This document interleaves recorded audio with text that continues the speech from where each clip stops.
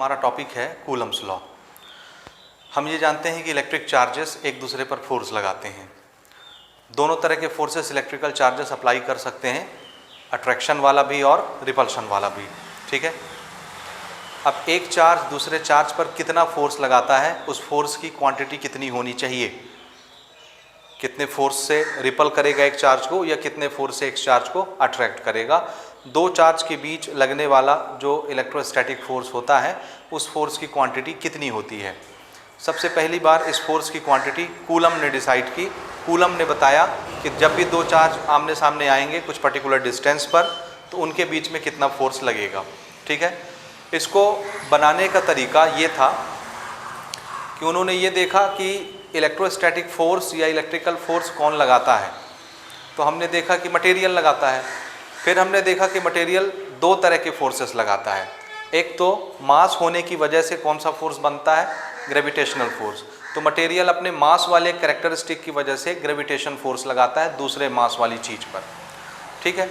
दूसरा कैरेक्टरिस्टिक जब किसी मटेरियल के पास आता है यानी इलेक्ट्रिक चार्ज, तो वो उस चार्ज की वजह से इलेक्ट्रोस्टैटिक फोर्स लगाने लगता है दूसरे चार्ज पर। सोर्स और डेस्टिनेशन सेम होना चाहिए। मास है तो मास पर ही ग्रेविटेशन फोर्स लगाएगा। ठीक है। चार्ज है तो चार्ज पर ही इलेक्ट्रिकल फोर्स लगाएगा। ठीक है। तो कूलम ने ये देखा कि मटेरियल दो तरह के ही फोर्स लगाता है, ग्रेविटेशन और इलेक्ट्रोस्टैटिक फोर्स। ठीक है। ग्रेविटेशन फोर्स का कैलकुलेशन उनसे पहले न्यूटन कर चुके थे। जब कूलम ने अपना लॉ दिया था कि इलेक्ट्रिकल फोर्सेस कितने होते हैं दो चार्ज के बीच, उससे पहले ग्रेविटेशन फोर्स न्यूटन बना चुके थे कि जब भी दो मास की बॉडी या दो बॉडी जिनके पास मासेस होंगे m1 m2, वो कुछ पर्टिकुलर डिस्टेंस पर रखे होंगे तो एक दूसरे पर कितना ग्रेविटेशन का फोर्स अप्लाई करेंगे। और ग्रेविटेशनल फोर्स सिर्फ अट्रैक्शन वाला होता है। तो न्यूटन ने ये बताया कि देखिए जो फोर्स ऑफ ग्रेविटेशन होता है, ग्रेविटेशनल फोर्स, एक तो डायरेक्टली प्रोपोर्शनेट होता है जिससे वो फोर्सेस बनते हैं उनके प्रोडक्ट पर। किससे बनता है ग्रेविटेशन फोर्स? मास से। तो दोनों बॉडी का मास, ठीक है, यही तो सोर्स है ग्रेविटेशन फोर्स बनाने का। तो न्यूटन ने ये बोला कि ग्रेविटेशन फोर्स जितना भी लगता है दो बॉडी के बीच में, वो किस पर डिपेंड करता है। तो आंसर है दोनों बॉडी का मास कितना है उसके प्रोडक्ट पर। तो दोनों का जो मास है यानी फोर्स को बनाने वाला प्रॉपर्टी, इन दोनों के प्रोडक्ट पर ग्रेविटेशन का फोर्स डिपेंड करता है। ठीक है। दूसरा उन्होंने ये बोला कि देखिए अगर हम दो मास की बॉडी को इतने डिस्टेंस पर रखते हैं तो कुछ फोर्स लगता है ग्रेविटेशन का। अगर हम डिस्टेंस को दूर कर देते हैं तो फोर्स वीक होने लगता है। अगर मैं डिस्टेंस को 2 गुना इंक्रीज कर दूं, जैसे सपोज 1 मीटर के डिस्टेंस पर दो मासेस रखे हुए हैं, अगर मैं इस डिस्टेंस को बढ़ा के 2 मीटर कर दूं, 2 गुना बढ़ा दूं, तो 1 मीटर के डिस्टेंस पर जो फोर्स ऑफ ग्रेविटेशन लग रहा था, 2 मीटर डिस्टेंस बढ़ा देने से फोर्स आधा हो जाता है। आधा मतलब कितना, यानी कम हो जाता है। कितना कम हो जाता है? Just 4 time. समझ आ रहा है? अगर हम डिस्टेंस को कितना कर रहे हैं? डबल। 2 गुना डिस्टेंस बढ़ाते हैं तो इनके बीच लगने वाला फोर्स ऑफ ग्रेविटेशन कितने गुना कम हो जाता है?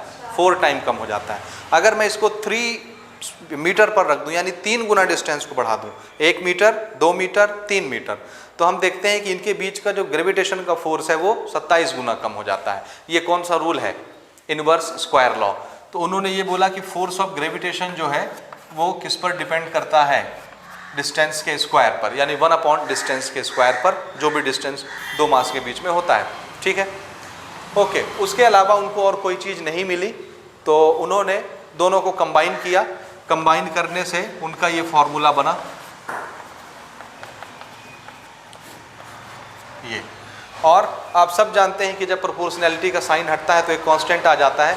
यहाँ पर एक कांस्टेंट न्यूटन ने इजाद किया और उस कांस्टेंट का नाम उन्होंने रखा यूनिवर्सल ग्रेविटेशनल कांस्टेंट। और इस कांस्टेंट की खासियत ये है कि पूरे यूनिवर्स में आप कहीं भी चले जाइए, ये वाली g की वैल्यू नहीं बदलती। That is 6.67 10 to the power कितना होता है? -11 समथिंग, -11। ओके। ये g की वैल्यू थ्रू आउट द यूनिवर्स, कहीं भी जाइए, एक प्लानेट से दूसरे प्लानेट, एक स्टार से दूसरे स्टार, अंतरिक्ष के एक छोर से दूसरे छोर तक, किसी भी प्लानेट में, किसी भी स्टार में, कभी भी g की वैल्यू नहीं चेंज होती। ये यूनिवर्सल कांस्टेंट है, किसी के आने जाने से, बीच में किसी मीडियम के होने से इस पर कोई फर्क नहीं पड़ता, ये हमेशा कांस्टेंट रहता है, नहीं बदलता। ये किसने बनाया जी ये नियम? न्यूटन ने बनाया। अब न्यूटन ये जो नियम बना रहे थे किस फोर्स के लिए बना रहे थे? ग्रेविटेशन। ग्रेविटेशन का फोर्स कौन लगाता है? मटेरियल। किस प्रॉपर्टी की वजह से? मास। अब मटेरियल के पास ही एक दूसरी प्रॉपर्टी होती है इलेक्ट्रिकल चार्ज, वो भी किसकी प्रॉपर्टी है? मटेरियल की। अब इलेक्ट्रिकल चार्ज की वजह से कौन सा फोर्स बनता है? Electrostatic force, electrical force. तो इलेक्ट्रिकल फोर्स का कैलकुलेशन भी वैसे ही होना चाहिए जैसे ग्रेविटेशनल फोर्स का कैलकुलेशन है। क्यों? क्योंकि इसको भी कौन बनाता है? मटेरियल। और इलेक्ट्रिकल फोर्स भी कौन लगाता है? मटेरियल। तो कूलम ने इसको बेस बनाया और इसको छापा मारा, फोटोकॉपी किया। ठीक है, उन्होंने बोला कि देखो जैसे ग्रेविटेशन फोर्स मास की वजह से बनता है, किसकी वजह से? मटेरियल ही लगाता है। तो अगर मटेरियल इनवर्स स्क्वायर लॉ को फॉलो करता है तो इलेक्ट्रिकल फोर्स में भी फॉलो करता होगा। उन्होंने देखा हाँ ठीक है जी फॉलो करता है, तो इलेक्ट्रिकल फोर्स के लिए भी उन्होंने नियम बनाया। किसने? कूलम ने। कि इलेक्ट्रिकल फोर्स भी जब दो बॉडी, चार्ज बॉडी आमने सामने होती हैं, उनके डिस्टेंस को आप 1 गुना, 2 गुना, 3 गुना करते हो तो इनके बीच लगने वाला इलेक्ट्रिकल फोर्स 4 गुना, 27 गुना डिक्रीज हो जाता है, 9 गुना, इस तरह करके डिक्रीज होता जाता है। ठीक है जी, ओके। फिर उन्होंने देखा कि ग्रेविटेशनल फोर्स मास के प्रोडक्ट पर डिपेंड करता है। मास क्या है? इस फोर्स को बनाने वाली प्रॉपर्टी। तो इलेक्ट्रिकल फोर्स भी किस पर डिपेंड करता होगा? जो उसको बनाती है, उसके प्रोडक्ट पर। कौन बनाता है इलेक्ट्रिकल फोर्स? चार्जेस। तो उन्होंने बोला कि इलेक्ट्रिकल फोर्स भी बिल्कुल कूलम की तरह, ग्रेविटेशन की तरह अपने सोर्स के प्रोडक्ट पर डिपेंड करती है। हो गया? अब इससे ज़्यादा कोई चीज़ नहीं मिली, जैसे उसमें नहीं मिली थी मैटर की दूसरी प्रॉपर्टी पर। बस इसको उन्होंने कंबाइन किया कूलम ने, और इसको कंबाइन करके उन्होंने एक साथ नोट किया। ये ठीक सेम टू सेम, यहाँ तक सिमेट्री है, सेम टू सेम आ गया। ओके, अब जब आगे आना था और इस प्रोपोर्शनैलिटी साइन को हटा करके एक कांस्टेंट पुट करना था, तो कूलम जब एक कांस्टेंट पुट करते थे तो वो ये देखते थे कि ये जो फोर्स है, this force is unlike gravitational force. क्यों? क्योंकि ग्रेविटेशन फोर्स का ये जो कांस्टेंट है ये किसी पर डिपेंड नहीं करता।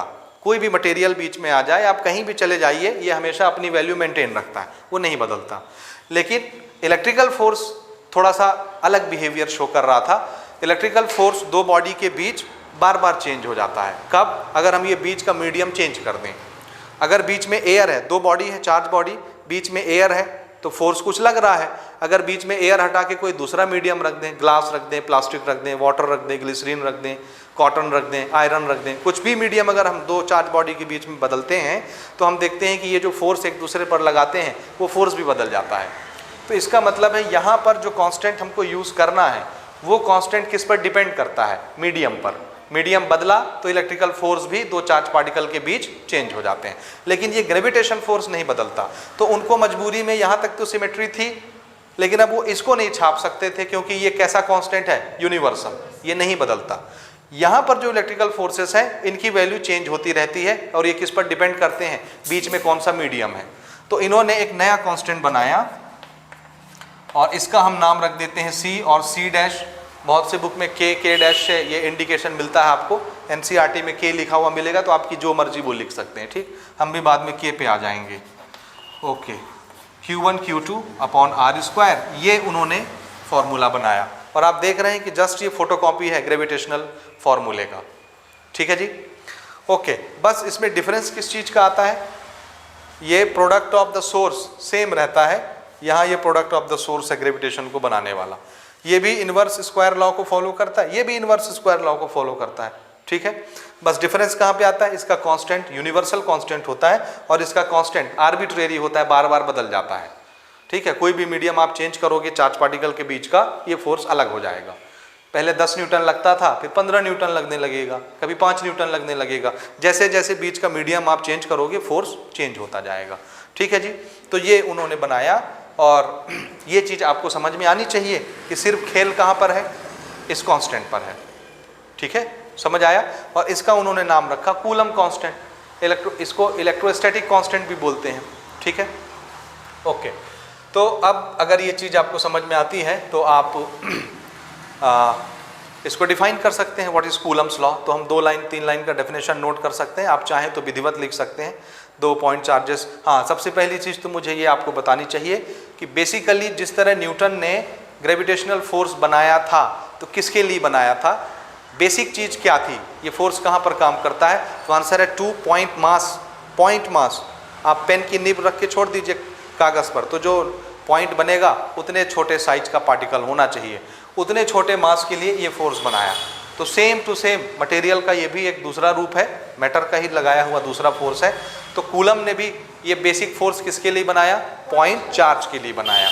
ये बड़ी बॉडी पर एप्लीकेबल नहीं होगा, क्यों, क्योंकि अगर बॉडी बड़ी होगी तो फिर हर डायरेक्शन में फोर्स लगाएगी और फोर्स की डायरेक्शन स्कैटर्ड हो जाएगी, डिफरेंट हो जाएगी, तो फिर हमको समझ नहीं आएगा कि किधर लगाना है। इसलिए बड़ी बॉडी के लिए ये नियम नहीं है। ये नियम किसके लिए बनाया गया है, एक पॉइंट चार्ज के लिए बनाया गया है, पॉइंट चार्ज के पार्टिकल के लिए। ठीक बात। इसको अब हम नोट कर सकते हैं। हम चाहें तो इसको अलग अलग इसको नोट करें, इसको नोट करें, इसको नोट करें, या हम एक लाइन का डेफिनेशन नोट कर लेते हैं 1 और 2 मार्क के क्वेश्चन के लिए, वो सफिशियंट है। तो चलो पहले इसको नोट करते हैं, उसके बाद आगे बढ़ते हैं। नोट कीजिए, इसको नोट करें। When 2 point charges Q1 and Q2 are placed at a distance r, then electrical force between Q1 and Q2 is directly proportional to the product of both charges। ठीक है, समझ आता है। And square of distance between them, दोनों के बीच जो distance होगा उसका स्क्वायर इनवर्सली प्रोपोर्शनेट है, यानी 1/r²। अच्छा, ये 2 पॉइंट चार्जेस हमने प्लेस किए, दोनों के बीच का जो डिस्टेंस है उसको हमने r से दिखाया है, और हम डायरेक्ट लिख सकते हैं वो सारी चीज़ें। आप चाहें तो यहाँ से लिख सकते हैं ये। ठीक है, इसके बाद आप वो स्टेप लिख सकते हैं, लिख लीजिएगा। मैं डायरेक्ट यहाँ पर फॉर्मूला लिख दे रहा हूँ। Electrical force is equal to coulomb constant, के भी लिख सकते हैं, Q1 Q2/r²। ठीक है, ये बन गया। तो 1 और 2 मार्क के लिए ये काफ़ी है। ठीक है, ओके। अब इसके आगे हमने इसमें बात की कि ये जो फोर्स है इलेक्ट्रिकल फोर्स, वो मीडियम पर डिपेंड करता है। मीडियम पर कैसे डिपेंड करता है, मीडियम किसको कहते हैं, और ये डिपेंड कैसे करता है, क्या फ़र्क पड़ता है इस फोर्स को। ठीक है, देखिए सबसे पहली चीज़ मीडियम समझिए। मीडियम किसको बोलते हैं अपन, किसी भी चीज़ को जो 2 पॉइंट चार्ज के बीच में आ जाए। समझे, जैसे एयर है, अगर मैं 2 चार्जेस यहाँ हवा में ऐसे रख दूँ तो बीच में अगर कुछ नहीं दिख रहा तो एयर तो है ना, तो दोनों चार्ज के बीच में हम क्या मान लेंगे, मीडियम को, एयर। अगर दोनों चार्ज को उठा करके हमने पानी में डाल दिया, डिप कर दिया, तो आप दोनों चार्ज के बीच में कौन है, पानी, तो उस समय मीडियम कौन है, पानी। समझ आ रहा है। दोनों चार्ज के बीच में हमने ग्लास रख दिया, कांच, और अगल बगल चार्ज रख दिए, तो फिर इस समय मीडियम कौन है, ग्लास। प्लास्टिक रख दिया, लकड़ी रख दिया, पॉलीथीन रख दिया, कपड़ा रख दिया, कुछ भी रख दिया, दीवार लगा दिया, दीवार के अगल बगल चार्ज रख दिए, तो मीडियम समझ रहे हैं। चार्ज के बीच में जो चीज़ भी आएगी वो मीडियम है। हर मीडियम के पास हजारों तरह की गुण हो सकते हैं, हजारों तरह की प्रॉपर्टी हो सकती हैं। ठीक है, जैसे मीडियम के पास कलर हो सकता है, मीडियम की डेंसिटी हो सकती है। समझ रहे हैं मैं क्या कह रहा हूँ। मीडियम का मास हो सकता है, मीडियम का वॉल्यूम हो सकता है, कोई मीडियम ठंडा हो सकता है, कोई मीडियम हॉट हो सकता है। बात समझ रहे हैं। अलग अलग प्रॉपर्टी मीडियम की हो सकती है, मीडियम के पास अलग अलग गुण हो सकते हैं। वो कौन सा गुण होता है मीडियम के पास जो इलेक्ट्रिकल चार्ज को अफेक्ट करते हैं। ये जो फोर्स बन रहा है, ये फोर्स कौन बना रहा है, इलेक्ट्रिकल चार्जेस एक दूसरे पर लगा रहे हैं, चार्ज लगा रहे हैं ना इस फोर्स को। अब ये फोर्स किससे प्रभावित होता है, किससे अफेक्ट होता है, मीडियम की मौजूदगी से। अगर 2 चार्ज के बीच में मीडियम आ गया तो उसकी मौजूदगी की वजह से ये चार्जेस जो एक दूसरे पर फोर्स लगा रहे हैं वो अफेक्टेड हो जाता है, कम ज़्यादा हो जाता है। अगर हम मीडियम हटा लें तो फोर्स बढ़ जाएगा, मीडियम डाल दें तो फोर्स कम हो जाएगा। यानी मीडियम क्या काम करता है, फोर्स को अफेक्ट करने का काम करता है, कम करने का, ज़्यादा करने का, ये मीडियम करता है। अदरवाइज अगर मीडियम नहीं हो तो फोर्स 100% लगेगा। जितना ये फोर्स लगाने के लिए रस्सियाँ भेजेगा इसको पकड़ के खींचने के लिए, 100% रस्सी इसको पकड़ के खींच के ले आएगी। लेकिन अगर कोई मीडियम आ गया तो फिर 100% रस्सी वहाँ तक नहीं पहुँचेगी, मीडियम कुछ को खा जाएगा। समझ रहे हैं। तो मैं ये बताना चाह रहा हूँ कि ये जो फोर्स बनता है चार्ज की वजह से बनता है, और चार्ज की वजह से बनने वाला जो इलेक्ट्रिकल फोर्स है वो किससे प्रभावित होता है, मीडियम से। ठीक है। अब मैं ये बताना चाह रहा हूँ कि मीडियम के पास सैकड़ों तरह के गुण हो सकते हैं। जैसे अभी मैंने 2-4 गुण गिना दिए। डेंसिटी हो सकती है, कोई मीडियम सॉफ्ट हो सकता है, कोई हार्ड हो सकता है। डेंसिटी अलग अलग होती है हर पार्टिकल की, हर मटेरियल की। समझ रहे हैं। किसी का स्टेट हो सकता है हम सॉलिड स्टेट में मीडियम रख रहे हैं, लिक्विड में रख रहे हैं, कभी गैस रख दिए बीच में मीडियम, तो स्टेट भी होता है एक प्रॉपर्टी मीडियम के पास। हमने ठंडा मीडियम रखा, कभी हमने गर्म मीडियम रखा, कभी हमने नॉर्मल टेम्परेचर वाला मीडियम रखा, कभी हमने पानी डाल दिया, कभी कुछ डाल दिया, कभी कुछ डाल दिया। यानी एक मीडियम के पास सैकड़ों तरह के गुण हो सकते हैं, सैकड़ों तरह की प्रॉपर्टी हो सकती है। अब मीडियम क्या काम कर रहा है? इलेक्ट्रिकल फोर्स को अफेक्ट करने का काम कर रहा है, उसको डिस्टर्ब करने का काम करता है। तो मीडियम की वो कौन सी प्रॉपर्टी होती है जो इलेक्ट्रिकल फोर्स को डिस्टर्ब करती है? बाकी किसी चीज़ से कोई फर्क नहीं पड़ता, ठीक है। एक मीडियम के पास कलर होता है, red colour, blue colour, white colour होता है ना, ये उसका गुण है। अलग अलग मटेरियल का अलग अलग कलर होता है, अलग अलग मटेरियल का अलग अलग टेम्परेचर होता है, अलग अलग मटेरियल की अलग अलग डेंसिटी होती है, कोई सॉफ्ट होता है, कोई हार्ड होता है। तो इसी तरह से एक गुण और है मटेरियल के पास, क्या है? एक गुण और होता है जिसको आप नहीं पहचानते, और उस गुण का काम क्या होता है? सिर्फ एक काम होता है, क्या? इलेक्ट्रिकल फोर्स को डिस्टर्ब करना, कम करना, ज़्यादा करना, ठीक है, समझे कि नहीं? जैसे कोई ब्लैक कलर की बॉडी हो, ब्लैक कलर की, तो वो सन रेज को ज़्यादा एब्जॉर्ब करती है, ज़्यादा हीट हो जाती है। और अगर वाइट कलर की कोई बॉडी हो तो वो सन रेज को नहीं करती एब्जॉर्ब। इसलिए गर्मियों में हम सफ़ेद कपड़े पसंद करते हैं पहनना।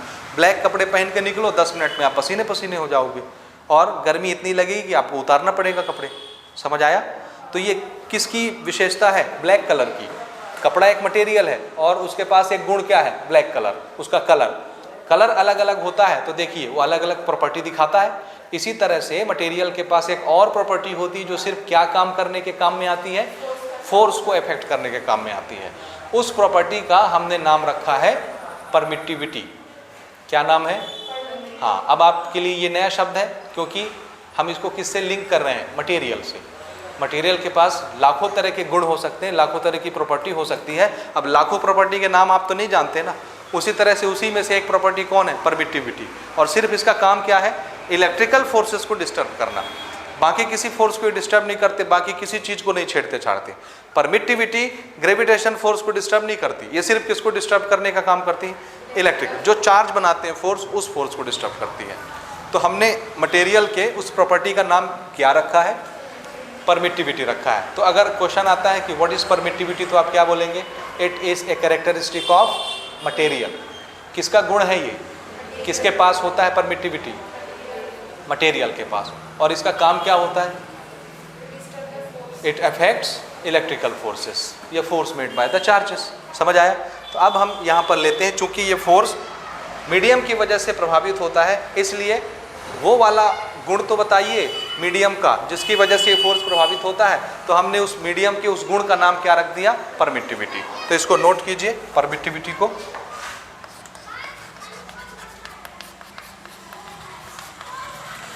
लिखिए, permittivity is a characteristic of medium.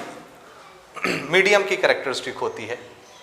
What is permittivity? It is a characteristic of medium. किसका गुण होता है? मीडियम का गुण होता है। मीडियम यानी मटेरियल कोई भी। और इसका काम क्या होता है? It affects electrical forces. ठीक है जी, यहाँ तक समझ आया? ओके। अब कैसे इफेक्ट करता है? ठीक है, परमिटिविटी का सेंस क्या होता है, ये इफेक्ट कैसे करता है? ठीक, अच्छा, उससे पहले परमिटिविटी के लिए हमने एक सिंबल रिजर्व किया हुआ है फिजिक्स में, और थ्रू आउट द फिजिक्स आप कभी भी परमिटिविटी पढ़ेंगे हमेशा यही सिंबल यूज़ करना है। और इसके लिए हमने सिंबल बनाया है एप्सिलॉन। ये इसको क्या पढ़ते हैं? एप्सिलॉन। ये ठीक है जी, क्या पढ़ना है इसको? एप्सिलॉन पढ़ते हैं, ये याद रखिएगा। तो इस परमिटिविटी के लिए हमने एक सिंबल रिजर्व कर दिया एप्सिलॉन। कभी भी आएगा आगे तो हम इसको एप्सिलॉन ही लिखेंगे, और आपको समझ में आना चाहिए कि हम किसकी बात कर रहे हैं, परमिटिविटी की। ठीक है, यहाँ तक समझ गए? ओके। कैसे ये चार्ज के द्वारा बनाए हुए फोर्स को अफेक्ट कर देता है, कैसे करता है? ठीक है, इसको समझिए। देखिए, सबसे पहले आगे चल के हम लोग एक कॉन्सेप्ट पढ़ेंगे, इलेक्ट्रिक फील्ड। ठीक है, इलेक्ट्रिक फील्ड क्या करता है? चार्ज के द्वारा इलेक्ट्रिक फील्ड बनता है। चार्ज क्या बनाता है? Electric field. वो इलेक्ट्रिक फील्ड दूसरे चार्ज पर फोर्स लगाता है। हम ये बोल रहे हैं कि एक चार्ज दूसरे चार्ज पर फोर्स लगाता है, लेकिन कैसे लगाता है? कोई तो आता होगा ना पकड़ के खींचने, तो वो जो आता है पकड़ के खींचने उसको इलेक्ट्रिक फील्ड बोलते हैं। वो हम आगे पढ़ेंगे। अभी आप ये समझिए कि एक चार्ज पार्टिकल है, सपोज ये, ठीक है, इसको फोर्स लगाना है। सामने कोई और चार्ज पार्टिकल आने वाला है, अब इसको पकड़ के चार्ज पार्टिकल को खींचना है। तो अगर ये एक पॉइंट चार्ज है, क्योंकि हम लॉ किसके लिए बना रहे हैं, पॉइंट चार्ज के लिए, अगर ये एक पॉइंट चार्ज है तो ये कितने डायरेक्शन में फोर्स लगा सकता है, कितने डायरेक्शन में, तो आंसर है ऑल डायरेक्शन में। अब एक पॉइंट कैसा होता है, बिल्कुल छर्रा इमेजिन कीजिए आप, छर्रे से भी छोटा छर्रा, सबसे छोटा कैसा होगा, सर्कुलर ही होगा ना, स्फीयर जैसा छोटा सा स्फीयर निग्लिजिबल। तो वो कितने डायरेक्शन में फोर्स लगाता है, आंसर है हर डायरेक्शन में, ऐसे जितने भी आप इमेजिन कर सकते हो। इसको बिल्कुल ऐसे इमेजिन करो, एक फुटबॉल है, फुटबॉल के अंदर का सेंटर इमेजिन कीजिए। अगर उस सेंटर में मैं लाइट जला दूँ, क्या जला दूँ, एक छोटा सा बल्ब जला दूँ, तो उस बल्ब की रोशनी फुटबॉल के कौन कौन से सरफेस पर टच करेगी, इमेजिन कीजिए थोड़ा सा। फुटबॉल के अंदर ना हमने सेंटर में उसके एक बल्ब जलाया छोटा सा, तो उस बल्ब से जो लाइट निकलेगी वो फुटबॉल के कौन कौन से सरफेस पर टच करेगी, ऑल सरफेस। समझ रहे हैं, ऑल सरफेस का मतलब समझ में आया, इधर से भी, ऊपर नीचे दाएं बाएं, 8 दिशाएं आ गई, 16 दिशाएं आ गई, सारी की सारी, समझ गए। इसी तरह से एक चार्ज पार्टिकल से जब इलेक्ट्रिक फील्ड लाइन निकलती है तो हर डायरेक्शन में निकलती है, यानी वो कितनी डायरेक्शन में फोर्स लगा सकता है चार्ज पार्टिकल, हर डायरेक्शन में। अब इस डायरेक्शन का नाम सुनिए, ठीक है, इधर भी, इधर भी, इधर भी, इधर भी, इधर भी, इधर भी, यानी ये पूरा फुटबॉल पूरी सरफेस दिखा रहा हूँ आपको मैं ऐसे, समझ आ रहा है, और ये उसका सेंटर है फुटबॉल का, इमेजिन हुआ, हो रहा है कि नहीं। हाँ, ये डायरेक्शन क्या कहलाती है, ये पूरी डायरेक्शन, इस पूरे डायरेक्शन को बोलते हैं 4 पाई। कितना बोलते हैं, ये पूरा एंगल, पूरा स्फीयर का एंगल कितना बनता है, 4 पाई। तो 4 पाई मतलब ऑल एंगल, पूरा कवर हो गया चारों तरफ फुटबॉल जैसे, ठीक है। तो आप जब भी पूछेंगे कि एक चार्ज पार्टिकल कितने डायरेक्शन में फोर्स लगा सकता है, तो आप क्या बोलोगे, 4 पाई के एंगल में फोर्स लगा सकता है। 4 पाई का एंगल मतलब समझ गए, ऑल डायरेक्शन, ठीक है।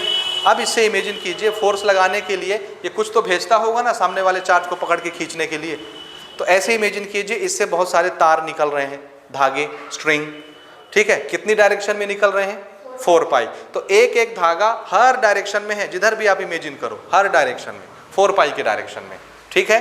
तो ये कितनी डायरेक्शन में अपने स्ट्रिंग को भेजता है फोर्स लगाने के लिए, 4 पाई, ठीक है। अच्छा, एक चार्ज पार्टिकल यहाँ पर आया, इसको ये क्या करने वाला है, पकड़ के खींचने वाला है फोर्स लगा के, ठीक है। अब बताइए ये कितनी डायरेक्शन में स्ट्रिंग भेज रहा है, ऑल डायरेक्शन, 4 पाई के डायरेक्शन में। जब यहाँ पर एक चार्ज पार्टिकल सामने आएगा तो इसको पकड़ने के लिए कितनी स्ट्रिंग भेजेगा, ये कौन सी डायरेक्शन में है, ये इस सिधाई में है। तो इस सिधाई में जो स्ट्रिंग आता होगा सिर्फ वही स्ट्रिंग इसको पकड़ के खींचेगा, बाकी की स्ट्रिंग तो कोई इस डायरेक्शन में, कोई इस डायरेक्शन में, कोई इधर, कोई इधर, कोई इधर, ऑल डायरेक्शन में। लेकिन ये जहाँ रखा है इस डायरेक्शन में इसका जो स्ट्रिंग आता होगा वही ना फोर्स लगाएगा। तो कितने स्ट्रिंग निकली इसमें से, 4 पाई। उसमें से एक चार्ज पार्टिकल को पकड़ के खींचने के लिए ये कितने स्ट्रिंग भेज रहा है, 1, ओनली 1।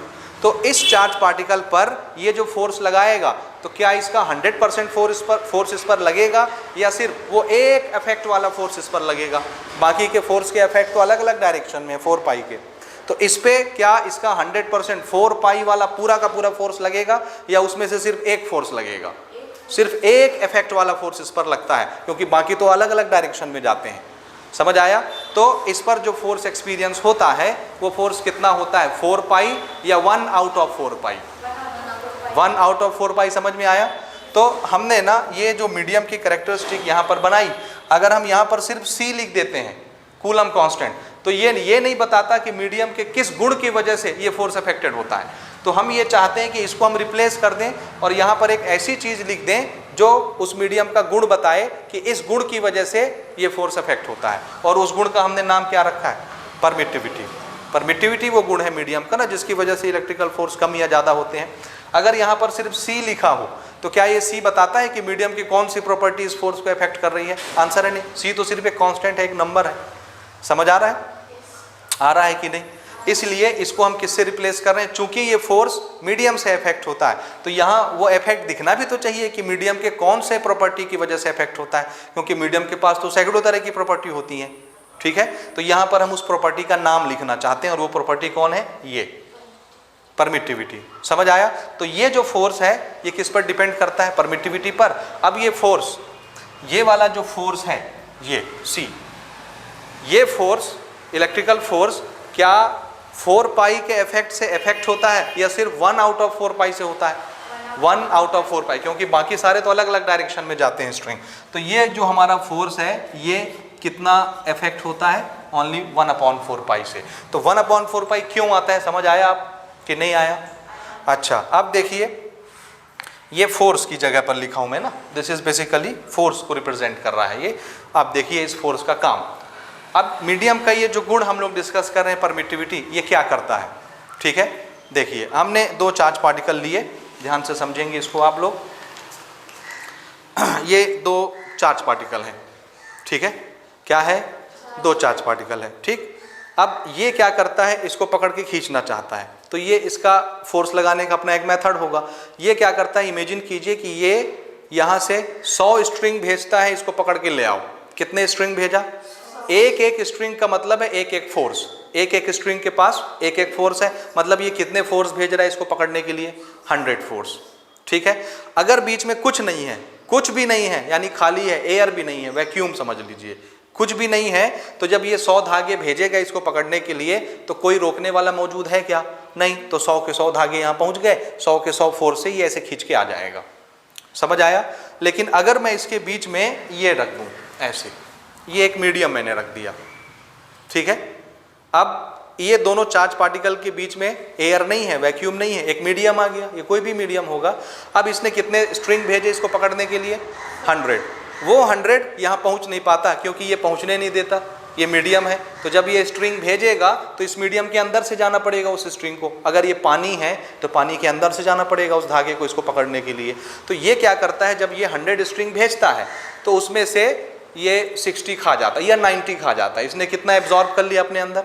90। और इस पर कितना लगा? सिर्फ 10। तो सिर्फ 10 स्ट्रिंग इस तक पहुंची। ये भेजा कितना था? 100 भेजा था, इस तक पहुंची कितनी? 10। बाकी की 90 कहाँ गई? इसने क्या किया? एब्जॉर्ब कर लिया खुद। तो हम ये बोलेंगे कि देखिए 100 स्ट्रिंग इसने भेजा था, 100 फोर्स, लेकिन ये जो बीच का मीडियम है ये वाला, इसने इसको 100 लगने नहीं दिया। कितना लगने दिया? सिर्फ 10। बाकी का 90 इसने एब्जॉर्ब कर लिया। इसने अपने आप को ये अलाउ किया, ये परमिट किया कि तुम 90 खुद दबा जाओ, समझ आया? इसलिए हम बोलेंगे कि ये जो मीडियम हम बीच में रखे हैं, इस मीडियम की परमिटिविटी कितनी? 90। समझ आ रहा? जितना ये एब्जॉर्ब कर लेगा वो इसकी परमिटिविटी कहलाएगी। ये नहीं बोलना कि जितना इसने परमिट कर दिया 10 वो इसकी परमिटिविटी, क्योंकि परमिट शब्द से धोखा होता है, कन्फ्यूजन होता है। परमिट शब्द किसके लिए है? इस मीडियम के अपने लिए है। इसने अपने आप को अलाउ किया कितना एब्जॉर्ब करने के लिए? 90। इसलिए इसकी परमिटिविटी कितनी? 90। ये 90 फोर्स, इलेक्ट्रिकल फोर्स खुद एब्जॉर्ब कर लेता है, उसको खत्म कर देता है, और जाने कितना दे रहा है? सिर्फ 10। तो जितनी ये एब्जॉर्ब करता है वो इसकी परमिटिविटी कहलाती है। ये समझ आया? अब हमने एक दूसरा मीडियम लिया, ये वाला मीडियम ए, ऐसे इसको हमने ऐसे रखा। अब ये 100 स्ट्रिंग भेजता है, इस पर 100 नहीं पहुंचती, सिर्फ 40 पहुंचती है। कितनी? तो बीच में से इसमें से होकर गई इस मीडियम से, तो इस मीडियम ने कितना एब्जॉर्ब कर लिया? 60। तो इस मीडियम की परमिटिविटी कितनी? 60। तो समझ आया परमिटिविटी किसको बोलते हैं? परमिटिविटी का काम क्या होता है? बोलिए, आया कि नहीं आया? अच्छा, अब मुझे आप एक बात बताइए, अगर मैं इस मीडियम को रखता हूँ तो ये मीडियम कितना एब्जॉर्ब कर रहा था? 90, यानी इसकी परमिटिविटी कितनी? 90। तो इस पर फोर्स कितना लगा? 10। परमिटिविटी जब 90 है तो फोर्स कितना लग रहा है? 10। परमिटिविटी जब ज़्यादा है तो फोर्स कैसा लग रहा है? कम। अब हमने ये वाला मीडियम रखा, 100 स्ट्रिंग इसने भेजे, इस पर सिर्फ कितना लगा? कितना लगा? 40 लगा, बाकी के 60 इसने एब्जॉर्ब कर लिए। तो परमिटिविटी जब कम हुई तो फोर्स थोड़ा सा बढ़ गया। जब 90 थी तो फोर्स कम था, 10 था, और जब परमिटिविटी कितनी हो गई? 60, परमिटिविटी कम हुई तो फोर्स क्या हो गया? 10 से बढ़ के 60 हो गया, 40 हो गया। समझ आया? तो परमिटिविटी और फोर्स का कनेक्शन क्या बना? अगर किसी मीडियम की परमिटिविटी कम होगी तो वो कम एब्जॉर्ब करेगा, तो ज़्यादा फोर्स लग जाएगा इस पर, समझ रहे हैं? और किसी मीडियम की परमिटिविटी बहुत हाई होगी, ज़्यादा होगी, तो वो ज़्यादा एब्जॉर्ब कर लेगा, कम फोर्स लगेगा। तो परमिटिविटी और फोर्स एक दूसरे से कैसे कनेक्ट हो गए?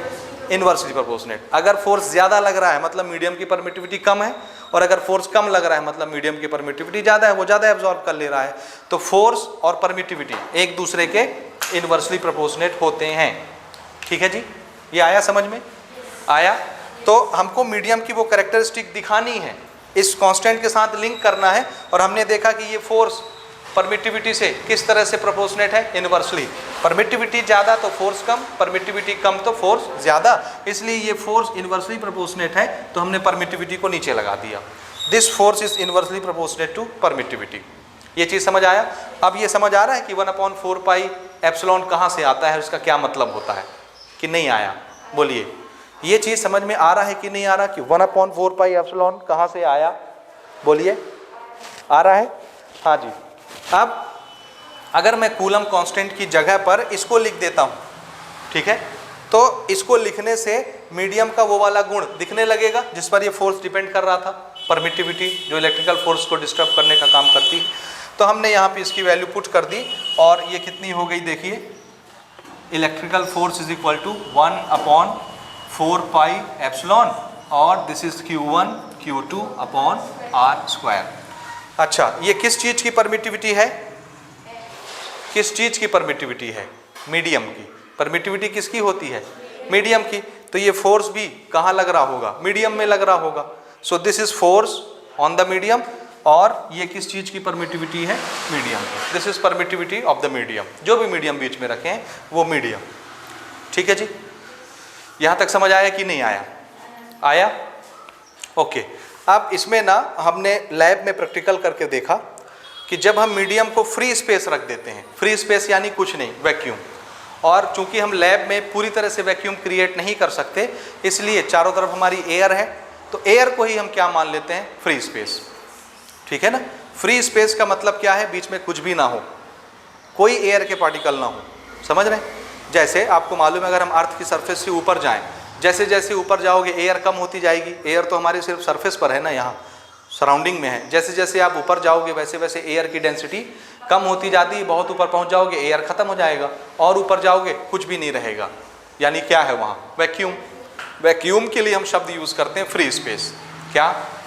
हाँ। अब आप थोड़ा सा अंदाज़ा लगाइए कि अगर फ्री स्पेस है यानी कोई मीडियम नहीं है, और उस समय अगर हम दो चार्ज पार्टिकल को रखते हैं तो दोनों चार्ज पार्टिकल पर कितना फोर्स लगेगा? थोड़ा सा सोचिए।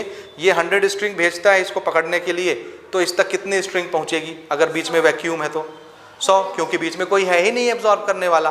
तो उस समय ये जितना फोर्स लगाता है, मैक्सिमम फोर्स इस पर लगता है और ये आ जाता है, ये रिपल हो जाता है। समझ आया? तो फ्री स्पेस में फोर्स कैसा लगता है? Maximum.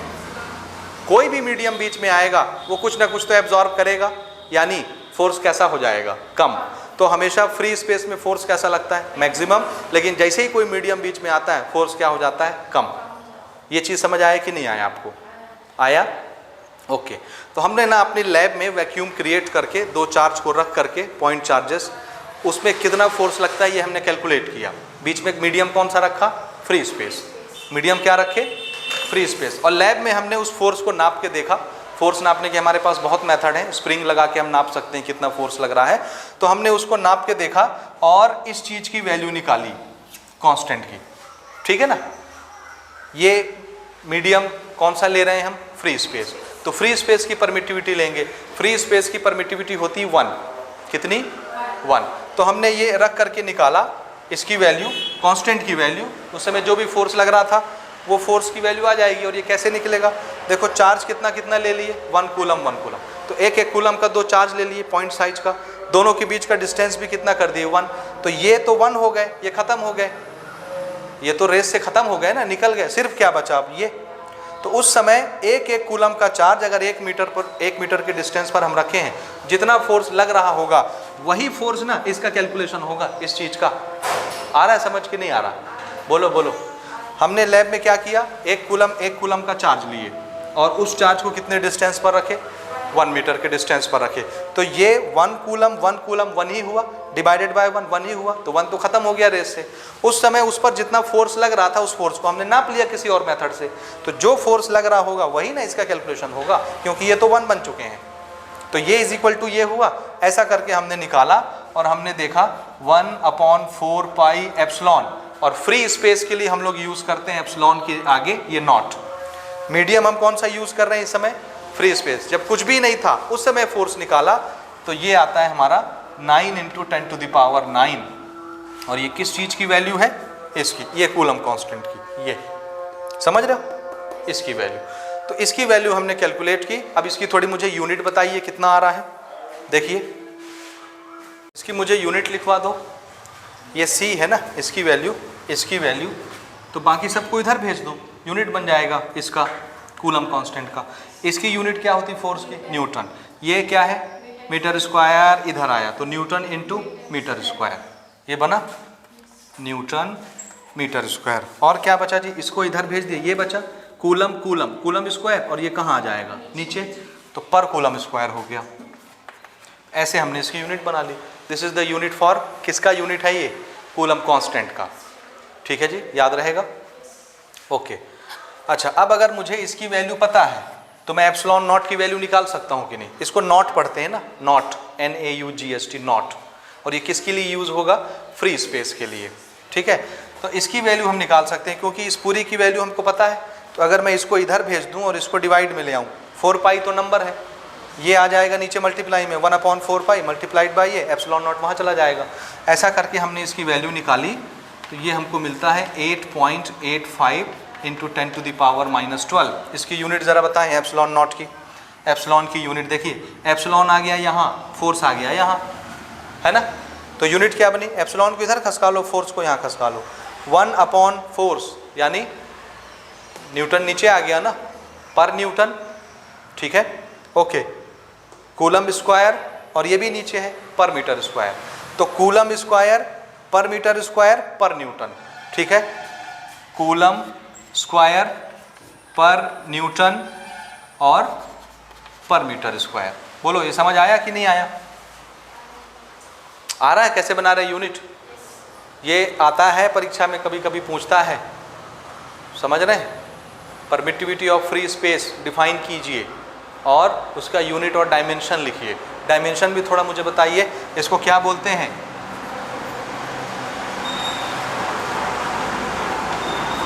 Permittivity of free space epsilon not. इसका डायमेंशन बताओ। डायमेंशन कैसे निकालोगे? 2 तरीके होते हैं, एक तो फॉर्मूले से, या आपके सामने यूनिट है तो यूनिट देख के लिख दीजिए। ठीक है, समझे? ओके, बताइए परमिटिविटी ऑफ फ्री स्पेस का डायमेंशन। ये किस चीज की यूनिट है? कूलम किसका यूनिट होता है? कूलम चार्ज का। किसका? चार्ज का आप लोग डायमेंशन क्या बनाओगे? चार्ज का फॉर्मूला क्या होता है? Current into time. करंट के लिए हम लोग यूज़ करते हैं एम्पियर A, और टाइम के लिए T डायमेंशन में। ठीक है, तो इसके लिए क्या यूज़ करेंगे आप देखिए, A² T², क्योंकि कूलम का स्क्वायर है। पर न्यूटन फोर्स है, नीचे है। फोर्स का डायमेंशन क्या होता है? MLT-2, ये याद होना चाहिए, MLT-2। फोर्स का लिख दिया। मीटर स्क्वायर भी नीचे है, पर मीटर स्क्वायर है, तो मीटर स्क्वायर का क्या? लेंथ का स्क्वायर। अब इसको एडजस्ट कर दीजिए। पहले मैं मास लिख देता हूँ, मास ऊपर गया -1, L लिख देते हैं, L² इंटू L3, L ऊपर गया -3। उसके बाद T देखो, नीचे -2 है, ऊपर जाके +2, 2 और 2 4, T +4। और क्या बच गया जी? A, so A²। ठीक है, ये आप इसको स्क्वायर ब्रैकेट में लिख लीजिए। This is dimension for permittivity of free space. कोई भी परमिटिविटी, चाहे मीडियम की हो चाहे फ्री स्पेस की हो, परमिटिविटी का डायमेंशन ये, और ऊपर यूनिट लिखा हुआ है। ये आपको याद रखना है, और इसको रट नहीं सकते। समझ रहे हैं? कब तक रटे रहोगे? तो बनाने का तरीका समझिए कैसे बनाते हैं। ठीक, ओके। तो ये हो गया जी, यहाँ तक हो गया। ये किसकी परमिटिविटी है? ये 8.85 फ्री स्पेस की। और ये कैसे निकाले मैंने आपको बताया। कैसे? 2 चार्जेस कितने कितने के लिए? 1 कूलम। कितने डिस्टेंस पर रखे? 1 मीटर। तो ये हो गया 1 कूलम 1 मीटर, तो सब तो 1 ही हो गया, ये खत्म हो गया। उस समय जितना फोर्स लग रहा होगा चार्ज के बीच में, वही फोर्स ना इसका कैलकुलेशन देगा। तो हमने इस चीज़ का कैलकुलेशन ऐसे निकाल लिया, फोर्स नाप के, स्प्रिंग लगा के या बैलेंस लटका के फोर्स हमने नाप लिया। ठीक है, ओके। जब ये निकल गया तो यहाँ से हमने एप्सिलॉन को खसका के वैल्यू निकाल ली, वो तो मैथमेटिक्स है फिर। तो इस तरह से हमने इसकी वैल्यू निकाली। अच्छा, अब ये तो हम बात कर रहे थे परमिटिविटी की। ये परमिटिविटी किसको अफेक्ट करती है? नहीं, मीडियम की प्रॉपर्टी है। अफेक्ट किसको करती है? फोर्स को, इलेक्ट्रिकल फोर्स को। ठीक है। अभी मैंने आपको परमिटिविटी की कुछ वैल्यूज़ बताई, जैसे यहाँ पर देखिए परमिटिविटी की वैल्यू क्या दिख रही है, 8.85 into 10 to the power so much, minus में प्लस में कुछ में भी ऐसा होता है। जब इस तरह के नंबर आपको दिखें परमिटिविटी की वैल्यू, तो ऐसे परमिटिविटी को बोलते हैं एब्सोल्यूट परमिटिविटी, हकीकत वाली परमिटिविटी की वैल्यू, ओरिजिनल वैल्यू परमिटिविटी, उसको क्या बोलते हैं, एब्सोल्यूट। तो एयर की एक्चुअल परमिटिविटी कितनी होती है, एयर या फ्री स्पेस की 8.85 10 टू द पावर -12, इतना होता है परमिटिविटी। अगर मैं आपसे पूछूं पानी की परमिटिविटी बताइए, और कौन सी परमिटिविटी, ये एब्सोल्यूट वाली। हमने दो चार्ज के बीच में मीडियम क्या रख दिया, पानी, वाटर की परमिटिविटी बताइए, उसकी भी ऐसे ही होगी 7.895 into 10 to the power -21 point something, ये ऐसे। आपको याद हो गया क्या, नहीं हुआ। मैंने ग्लास रखा दो चार्ज के बीच में, ग्लास का परमिटिविटी हमने कैलकुलेट किया, एब्सोल्यूट परमिटिविटी, उसका आया 17.59 इंटू 10 टू द पावर -31। याद हो गया क्या। ऐसे नंबर याद करने आसान है कि कठिन है, कठिन है। तो हमने ना परमिटिविटी बताने का एक नया जुगाड़ खोज लिया। क्या खोज लिया, एक नया जुगाड़। और ये जुगाड़ देखो कठिन लगता है कि आसान, आप मुझे बताना, ठीक है। हमने क्या किया, देखो दो चार्ज पार्टिकल लिए और उसके बीच में वैक्यूम क्रिएट किया, यानी फ्री स्पेस। उस समय इन दोनों चार्ज पार्टिकल के बीच में जितना फोर्स लग रहा था उसको हमने नाप लिया। नाप सकते हैं ना, कोई भी मेथड लगा के फोर्स नाप लिए।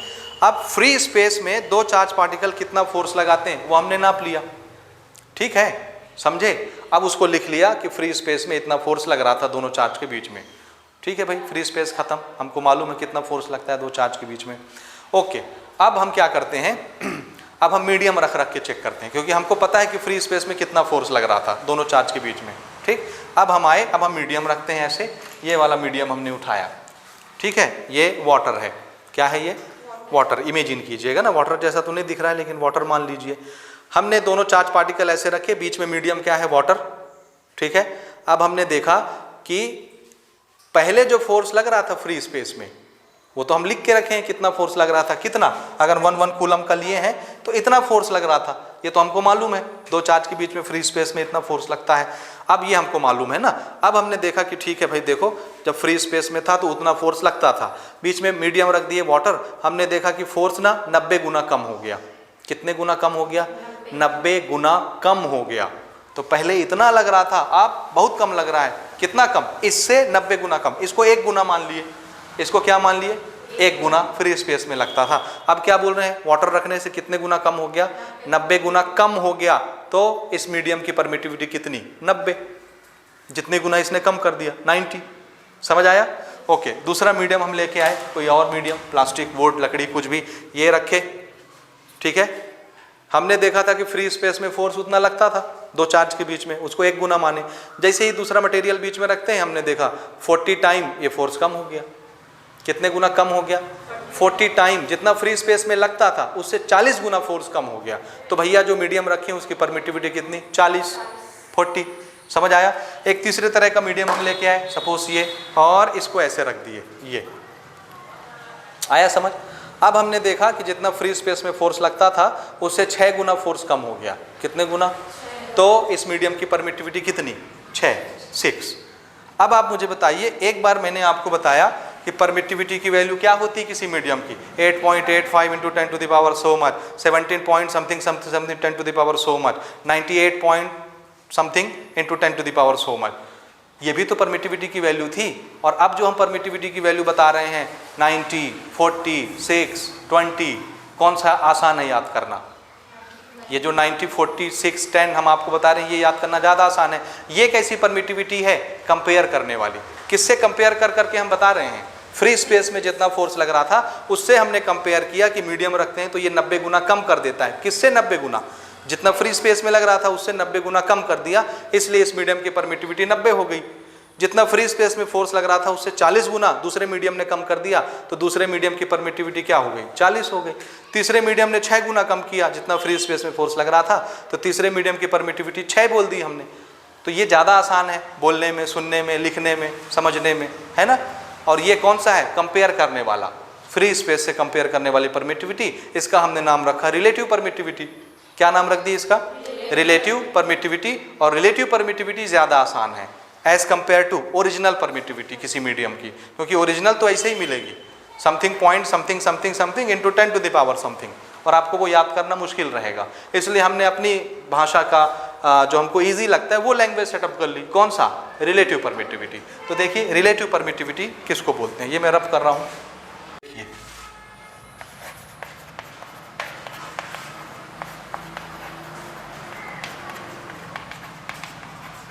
रिलेटिव परमिटिविटी, ठीक है, relative permittivity of any medium, और किसके साथ relation?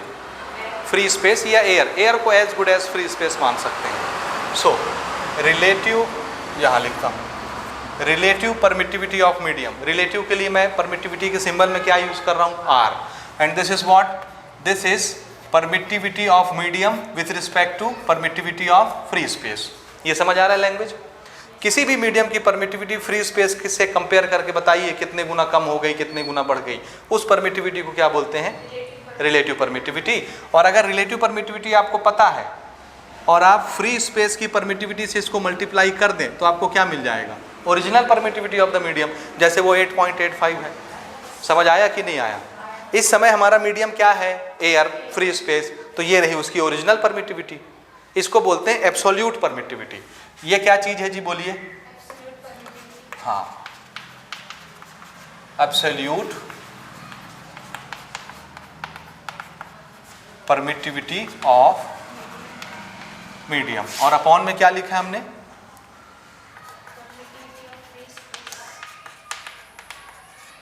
Permittivity of free space. ये समझ आ रहा है लैंग्वेज कि नहीं आ रहा? इसमें अंतर समझ में आ रहा है कि ये कैसी परमिटिविटी होगी, नंबर्स में कैसे दिखती होगी, ये नंबर में कैसा दिखता होगा? आ रहा है? ये कैसा दिखता होगा नंबर में, बताओ? ऐसा, something point something something something 10 to the power something, ऐसा वाला है ये एब्सोल्यूट। क्योंकि ओरिजिनल में हर मीडियम की परमिटिविटी इसी तरह रिप्रेजेंट होती है। हमने अपने समझने के लिए ये बनाया है रिलेटिव परमिटिविटी ऑफ मीडियम। क्यों? क्योंकि हम एयर में नाप लेंगे फ्री स्पेस में और उससे कंपेयर कर करके बताएंगे कि 5 गुना फोर्स कम कर दिया, 10 गुना फोर्स कम कर दिया, 40 गुना फोर्स कम कर दिया, और परमिटिविटी का क्या नाम चिपकाएंगे? 10, 50, 40, 90। तो इसको रिलेटिव परमिटिविटी बोलते हैं। आ रहा है ना? आ रहा है कि नहीं आ रहा है जी? बोलिए। इसी चीज को अगर मैं फोर्स से एक्सप्लेन करूं, फोर्स से, तो रिलेटिव परमिटिविटी को देखो फोर्स से कैसे एक्सप्लेन करते हैं। This is permittivity of medium, this is permittivity of free space. इसको ऐसे पलट देते हैं। So this is force in medium, sorry, force in free space upon force in medium. कैसे? ये एक्चुअल फॉर्मूला है ना, force experience by charge in given medium यहाँ, और force experience by charge in free space. इसका ratio relative permittivity देता है। कैसे देता है? देखिए, फोर्स का फॉर्मूला क्या है? 4 पाई एप्सिलॉन, ये फ्री स्पेस है, और उसके बाद Q1 Q2 upon R square. Okay, medium में 1/4 पाई एप्सिलॉन, ये मीडियम, जो भी मीडियम रहेगा उस समय, Q1 Q2 upon R square, ये कैंसल ये कैंसल, 1/4 पाई कैंसल, और ये 1 एप्सिलॉन है, ये 1 एप्सिलॉन m है। जब ये पलटी मारेगा तो ये ऊपर चला जाएगा, ये नीचे आ जाएगा। तो बेसिकली ये ऐसे बना फोर्स से। समझ रहे हो ना? और वो भी क्यों कि देखो ये किस चीज की परमिटिविटी है? मीडियम की। रिलेटिव परमिटिविटी बोल रहे हैं लेकिन होता किसका है? मीडियम का। तो इसका कनेक्शन मीडियम के साथ है। समझ आया? और फोर्स और परमिटिविटी का क्या रिलेशन होता है? फोर्स अगर ज्यादा है तो परमिटिविटी ऑफ द मीडियम कम। समझ रहे हैं? किसी मीडियम की परमिटिविटी ज्यादा है तो फोर्स कम लगेगा, एक दूसरे के इनवर्सली प्रोपोर्शनेट होते हैं। इसलिए ये किस चीज की परमिटिविटी है? मीडियम की, रिलेटिव परमिटिविटी। समझ रहे हैं? इसलिए अगर ये मीडियम का है तो मीडियम वाले को नीचे लिखना है, फोर्स को, इनवर्सली प्रोपोर्शनेट है, इसलिए ये ऐसा लिखा जाता है। और जब ये सॉल्व होता है तो आपको ये मिल जाता है। तो ये आपको याद रखना है। ठीक? आया समझ में कि नहीं आया? और एब्सोल्यूट परमिटिविटी कैसे निकलती है? बोलिए। Absolute permittivity of any medium, किसी भी रिलेटिव परमिटिविटी को क्या कीजिए? फ्री स्पेस के परमिटिविटी से मल्टीप्लाई कर दीजिए तो मीडियम की ओरिजिनल परमिटिविटी आ जाएगी। समझ रहे हैं इसको कैसे करना है? तो ये आप अपने शब्दों में नोट कर लीजिए उसको। हो गया यहाँ तक? हो गया कि नहीं? हो गया? बोलो। हाँ जी। अब देखिए मैं वही चीज़ यहाँ पे नोट कर रहा हूँ कि मीडियम की परमिटिविटी कैसे लिखेंगे, परमिटिविटी ऑफ मीडियम कैसे निकलता है, absolute permittivity of medium. Relative permittivity में एयर की परमिटिविटी मल्टीप्लाई कर देते हैं, रिलेटिव परमिटिविटी में एयर की परमिटिविटी मल्टीप्लाई कर देते हैं। ये हो गया जी यहाँ तक। हाँ जी, अब देखिए ये हमारा फॉर्मूला बना, तो परमिटिविटी ऑफ मीडियम की जगह हम क्या लिख सकते हैं, यानी ये ओरिजिनल परमिटिविटी आ जाएगी, है ना। कैसे लिखना है, हमने अभी कूलम का फोर्स का फॉर्मूला बनाया 1/4 पाई एप्सिलॉन मीडियम, क्योंकि ये मीडियम वाला फोर्स है इसलिए मीडियम की परमिटिविटी आ गई। अब हम इस मीडियम की परमिटिविटी को एक्चुअल लिखना चाहते हैं, एक्चुअल में निकालना चाहते हैं, तो इसको हम क्या लिख सकते हैं, ER इंटू E0। तो फोर्स का फॉर्मूला देखिए बदल गया, फोर्स का फॉर्मूला, ठीक है। Therefore coulomb force is equal to 1/4 pi epsilon R और एप्सिलॉन नॉट। ये किसकी जगह लिख दिए हम, मीडियम की जगह। ये समझ में तो आ रहा है ना जी कि नहीं आ रहा है, बोलते भी जाइए पक्का, बाद में नहीं बोलना कि सर समझ नहीं आया, कहाँ कहाँ घुमा फिरा दिए आप, है ना, समझते जाइएगा। ये थोड़ा सा अगर आप समझ के बनाएंगे तो आपको हमेशा याद रहेगा ये क्या चल रहा है। ऐसे मैं ज़बरदस्ती नहीं लिख दे रहा हूँ किसी चीज़ को, ठीक है ना। ये चीज़ें रटी नहीं जा सकती, आप एक बात याद रखिएगा। अगर आप चीज़ों को एनालाइज कर रहे हैं, दिमाग में चल रहा है कि हाँ ऐसा ऐसा होता है, तभी आप कर सकते हैं इसको, ठीक है। नहीं तो खाली आप नोट करेंगे और रटते रह जाएंगे। मीडियम की परमिटिविटी, एब्सोल्यूट परमिटिविटी निकालना है तो उसका तरीका क्या है, जो रिलेटिव परमिटिविटी आप यूज कर रहे हो 10, 20, 40, 50, 90, उसको एयर की परमिटिविटी 8.85 10⁻12 से मल्टीप्लाई कर दो, तो ये भी क्या बन जाएगा, वही डेसिमल वाला नंबर, तो उस मीडियम की एक्चुअल परमिटिविटी आ जाएगी, ठीक है। तो इस मीडियम की एक्चुअल परमिटिविटी आप क्या लिख सकते हो उसको, ER इंटू, हाँ जी ये okay, Q1 Q2 upon R², correct. ये ठीक है, आया समझ में, हाँ जी okay. Now this is what permittivity of free space. ये कितना होता है, क्योंकि हम रिलेटिव परमिटिविटी की भाषा में बात करते हैं। ये तो चलिए परमिटिविटी ऑफ फ्री स्पेस है ना हमारा, okay. This is what relative permittivity.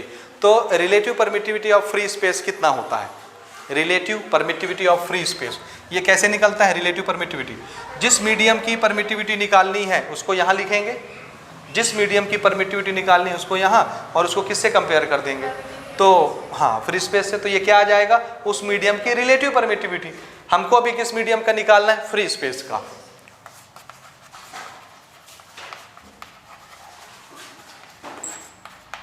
Air, ठीक है ओके। तो यहां मुझे क्या रखना चाहिए, मेरा मीडियम कौन, फ्री स्पेस या एयर। तो यहां मैंने मीडियम की जगह क्या लिख दिया, फ्री स्पेस। फ्री स्पेस की परमिटिविटी को क्या लिखते हैं, एप्सिलॉन नॉट, ठीक है। तो ER इज इक्वल टू, यहाँ क्या हो गया, और इसको कंपेयर किससे करना है, एप्सिलॉन नॉट से, तो यहाँ कंपेयर के लिए एप्सिलॉन, ये क्या आ गया 1। So relative permittivity of free space कितना होता है 1, इसको 1 पुट कर दीजिए। देयरफॉर इलेक्ट्रिकल फोर्स, अब ये फॉर्मूला थोड़ा सा और निखर गया ना, ये तो 1 हो गया आपका, this is only epsilon not.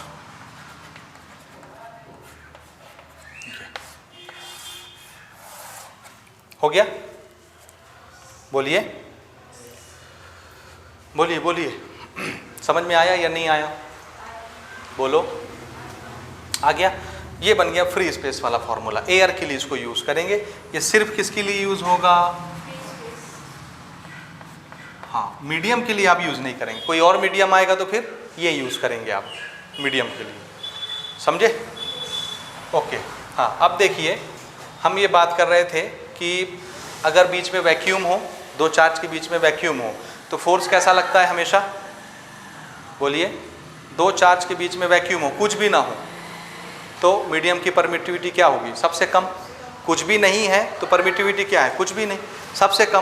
Permittivity minimum, तो फोर्स कैसा हो गया, मैक्सिमम। यही ना है मैक्सिमम फोर्स, क्योंकि इस समय हम परमिटिविटी क्या यूज़ कर रहे हैं, फ्री स्पेस। तो फ्री स्पेस में फोर्स कैसा हो जाता है, तो this is maximum force.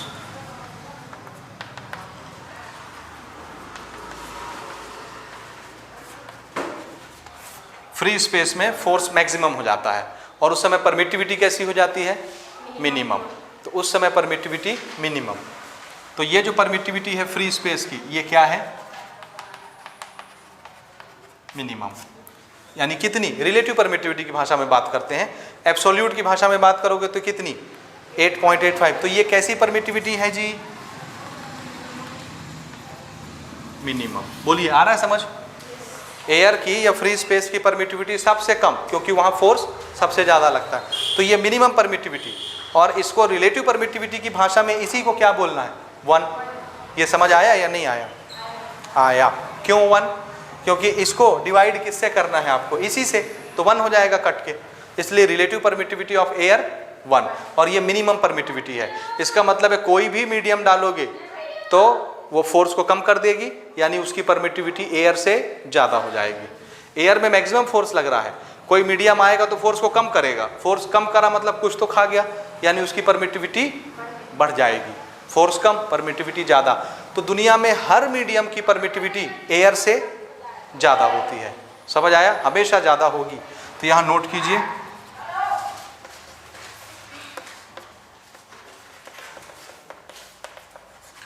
permittivity of any medium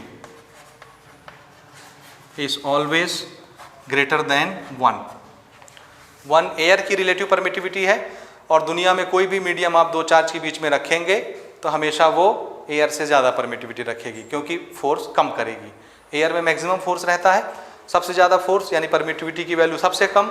कोई भी मीडियम आएगा तो फोर्स को अफेक्ट करेगा, यानी उसकी परमिटिविटी ज़्यादा होगी एयर से। तो ये आप याद रखोगे।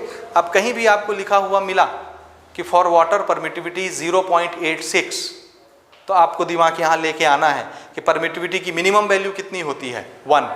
0 नहीं हो सकती, 1 से छोटी नहीं हो सकती परमिटिविटी। कोई भी मीडियम आएगा उसकी परमिटिविटी हमेशा 1 से बड़ी होगी। तो कहीं भी परमिटिविटी की वैल्यू आपको, रिलेटिव परमिटिविटी की वैल्यू आपको 0 पॉइंट कुछ लिखा मिले 1 से छोटा, तो आपको उसको पकड़ लेना है कि वो ऐसा नहीं हो सकता। आया समझ कि नहीं आया, बोलिए। आगे चल के फ्यूचर में हम लोग ये रेशियो फिर से पढ़ेंगे तीसरे चैप्टर में दोबारा से।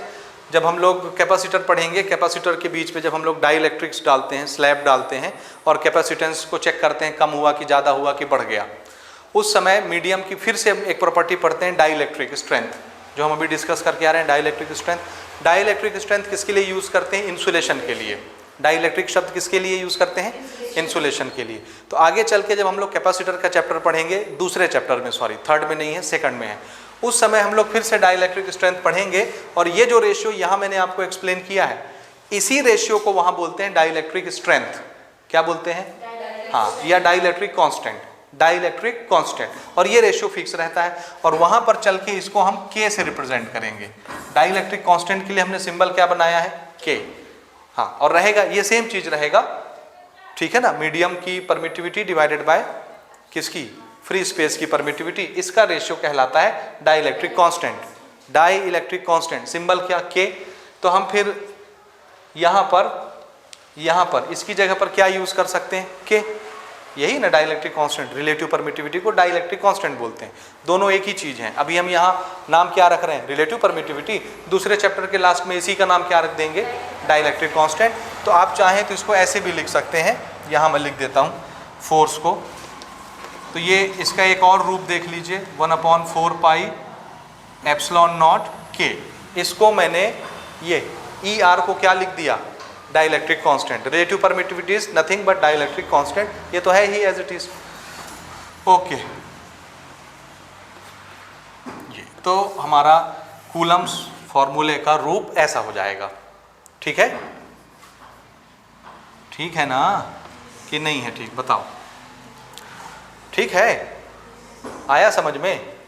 परमिटिविटी किसको बोलते हैं, रिलेटिव परमिटिविटी क्या है, एब्सोल्यूट परमिटिविटी क्या है, दोनों का कन्वर्जन क्या है, हर मीडियम की परमिटिविटी कितनी हो सकती है, कितनी नहीं हो सकती है, परमिटिविटी का यूनिट क्या है, उसका डायमेंशन क्या है।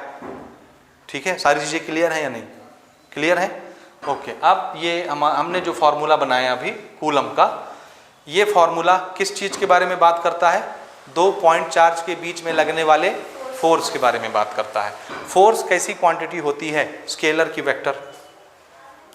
फोर्स कैसी क्वांटिटी होती है, स्केलर या वेक्टर, वेक्टर क्वांटिटी। ऐसे मत देखो मुझे, कैसी क्वांटिटी होती है फोर्स, वेक्टर।